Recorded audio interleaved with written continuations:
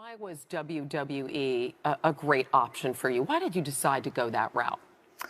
I think it was, they pursued it well enough, and I had the opportunity to play some football, but there was just really no guarantee in that avenue as well. But I thought, you know what, I'll give this a chance. And the money. They offered me a developmental deal that I really couldn't turn down at the time. You know, I was a poor college kid. I had, believe it or not, I had student loans to pay off. I wasn't, you know, I had tuition fees and all that. I wasn't a full ride student athlete.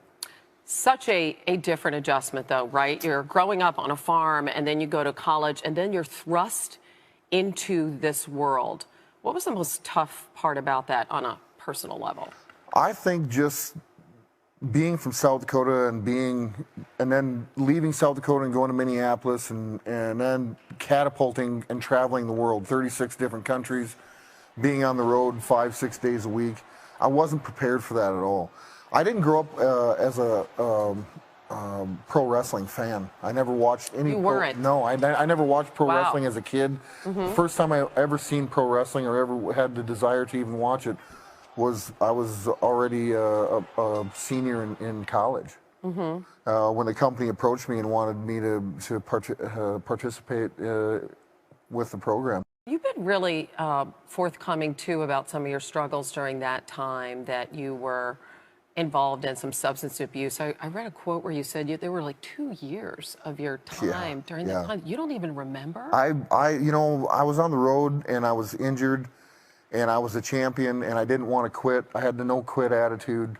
And yeah, Vicodin and vodka were my closest friends. Wow. And my closest enemies. Sure. So I seen the light at the end of the tunnel. I had to get out of the wrestling business back then to save my life, and I just wasn't happy. I wasn't happy at the time. It's not. I felt like a caged animal. Didn't want that. I still had a competitive nature inside of me that I had a calling. I had a calling to go back and compete again, and I didn't know what it was, but. I tried the NFL. I think the NFL was more of an scapegoat just to get out and to say that I did it and I tried it. Really? I was on the Vikings practice squad for, you know, I was the last guy cut from the team. They wanted to send me to Europe they wanted to keep me, but they couldn't. And I needed to brush up and I needed experience, and they wanted to send me to Europe, and I didn't want to go. So. It wasn't in your heart to do that. No, it wasn't. And then the next thing I know, I got a phone call saying, "Are you interested in fighting?" And I said, "Absolutely." You know, and I gave it a one-fight shot with a company out of Japan, and then decided I wanted to be in the UFC. And Dana White wouldn't take my phone calls. Wouldn't take your phone calls? No. Oh, tell me that story. So Dana White won't. I win my first MMA fight. Dana White won't take my phone calls from my lawyers and manager, and so I said, fine. Randy Couture was fighting Gabriel Gonzaga for the heavyweight title, and I said, we'll buy a ticket and we'll go to the show.